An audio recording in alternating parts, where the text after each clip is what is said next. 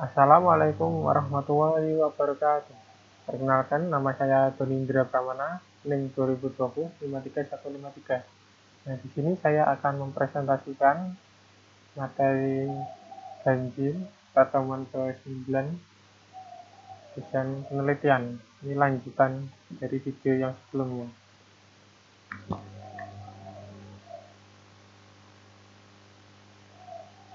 Nah, di sini ada causal comparative research. Nah, causal comparative research disebut juga dengan penelitian sebab akibat. Nah, yaitu merupakan salah satu ide berpikir ilmiah untuk menyusun suatu riset metodologi. Nah, penelitian kausal bisa dimasukkan dalam penelitian eksperimen, namun bisa juga dimasukkan dalam bentuk lain, misalnya dalam bentuk comparative research. Independen variabel pada penelitian komparatif tidak bisa dimanipulasi dan tidak bisa diberikan perlakuan atau treatment seperti ide saya yang sebelumnya ya. Independent variable. Penelitian komparatif lebih terfokus pada dampak atau efek yang terjadi dengan cara mencari apa yang menjadi penyebab dari dampak tersebut serta melihat perbedaan yang terjadi di antara dua grup atau lebih dan berikan penjelasan terhadap perbedaan di antara kedua kelompok atau grup. Misalnya, kenapa perusahaan IT multinasional lebih inovatif daripada perusahaan IT lokal? Nah, itu harus ada penelitiannya.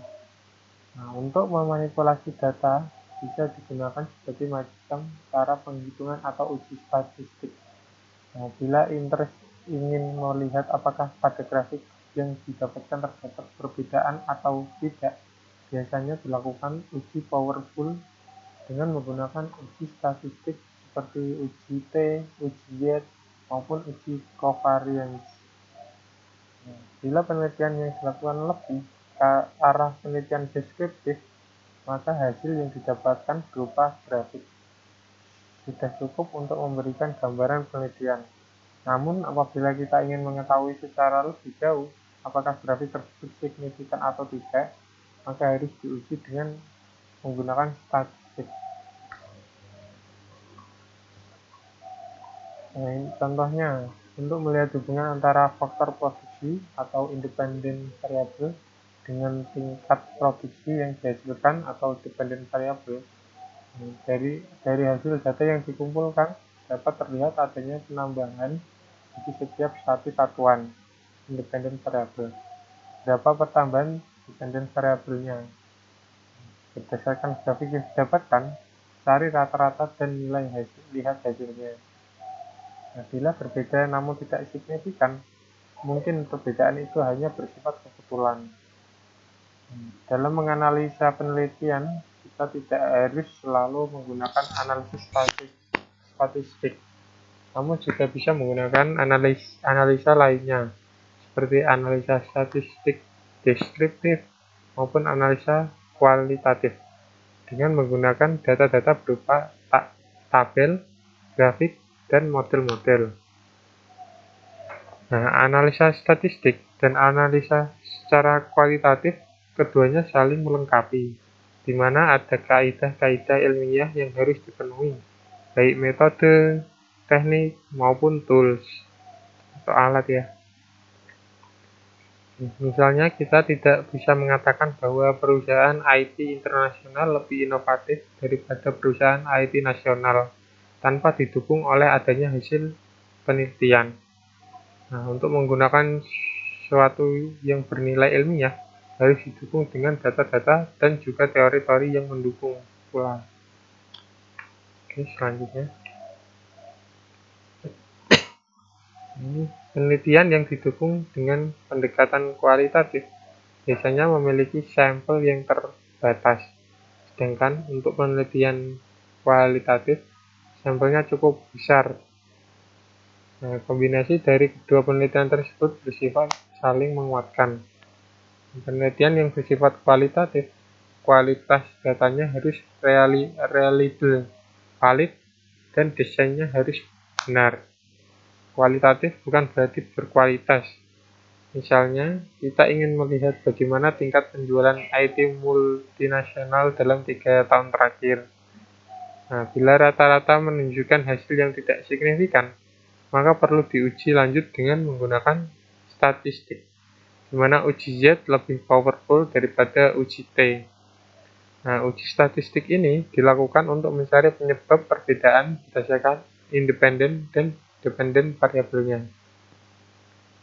Misalnya, perusahaan IT internasional lebih inovatif daripada perusahaan IT nasional. Ukur dalam 3 tahun terakhir bagaimana produktivitas terlihat polanya dengan unit yang sama. Kita bandingkan, ini disebut comparative research. Nah, bila rata-rata yang satu 5,4 dan 5,4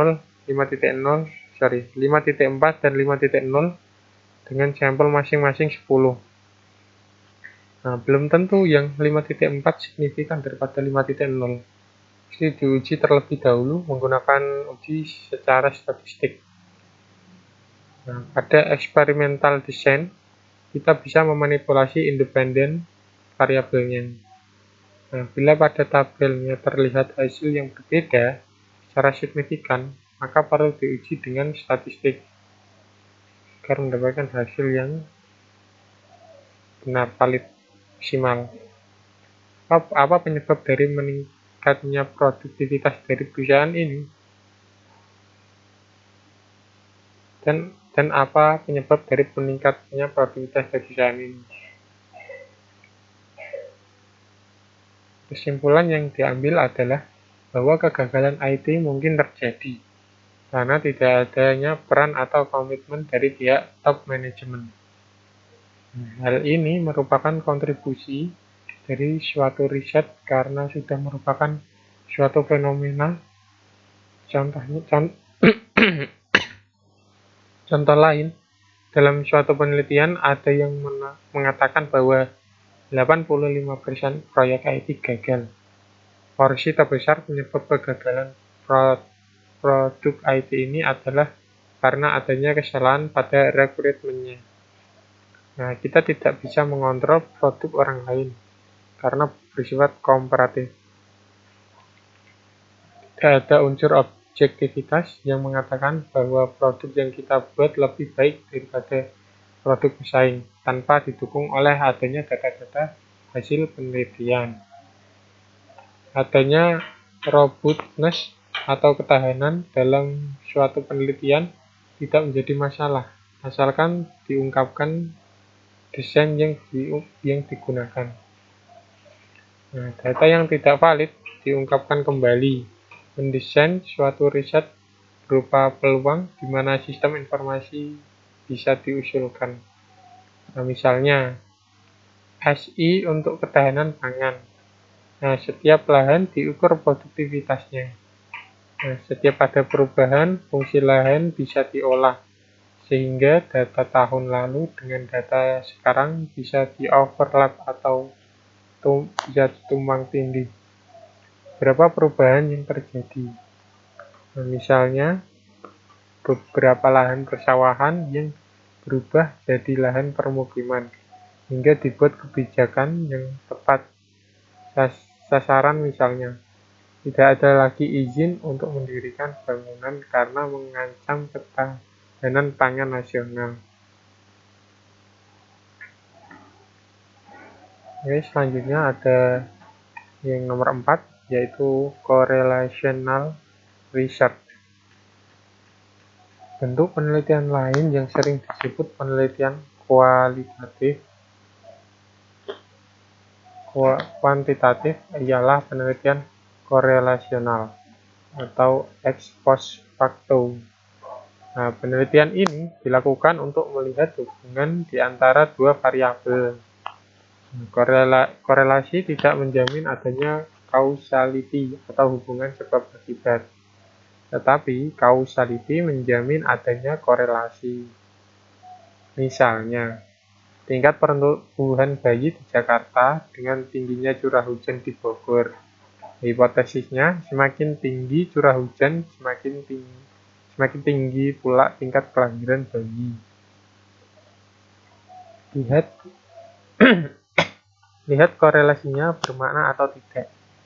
Korelasi bisa diinterpretasikan walaupun geografisnya jauh. Kita harus kritis walaupun melihat korelasi bermakna atau tidak. Bila tidak, maka korelasi tersebut akan gugur. Ini contoh lainnya, kita ingin melihat tingkat Gross National Product atau GNP dari suatu negara dengan adanya keterlibatan IT. Hipotesisnya, semakin besar pembelanjaan IT suatu negara, semakin tinggi GNP-nya. Hipotesis tersebut bisa saja benar dan juga bisa saja tidak benar. Nah, untuk itu, maka perlu dikaji apakah strategi bisnis tertentu di negara tersebut terkait dengan peran IT. Walaupun mungkin ada faktor-faktor lain yang kita tidak amati. Oke.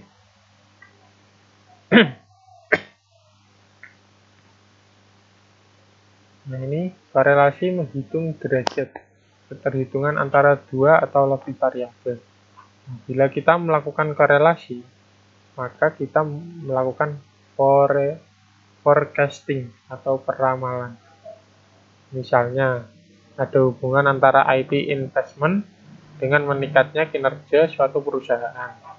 Nah, untuk menguji apakah hubungan tersebut bersifat causality atau sebab akibat tadi ya, maka harus dikaji dan diteliti lagi faktor-faktor apa saja yang berperan di dalamnya. Nah, selain korelasi dan causality, juga perlu dibedakan antara asumsi dan simulasi. Nah, asumsi merupakan suatu yang take it for granted, tahu terima begitu saja. Itu asumsi ya, yang terima begitu saja. Contohnya, dua petak sawah diasumsikan tingkat kesuburannya sama. Nah, intensitas penerimaan cahaya matahari sama. Kemiringan ketinggiannya dari permukaan laut juga sama. Itu diterima begitu saja ya. Itu asumsi. Nah, contoh lainnya, simulasi untuk mengukur recall atau nilai perolehan dan precision atau nilai ketepatan. Recall tidak bisa diukur. Bila kita mencari suatu artikel di Google, maka dalam menerapkan asumsi tadi kita tidak akan tahu berapa jumlah dokumen yang relevan untuk diambil. Nah, untuk itu perlu diasumsikan bahwa untuk mengukur precision, maka jumlah dokumen yang relevan diambil dibagi dengan jumlah yang terambil. Nah, recall dapat ditentukan dengan mencari jumlah dokumen yang relevan, tapi tidak terambil. Maka perlu diasumsikan untuk menggambarkan presisinya. Akurasi tidak akan memiliki makna yang baik jika memperhitungkan recall ini, atau akan dibahas menggunakan contoh kasus. Ya, selanjutnya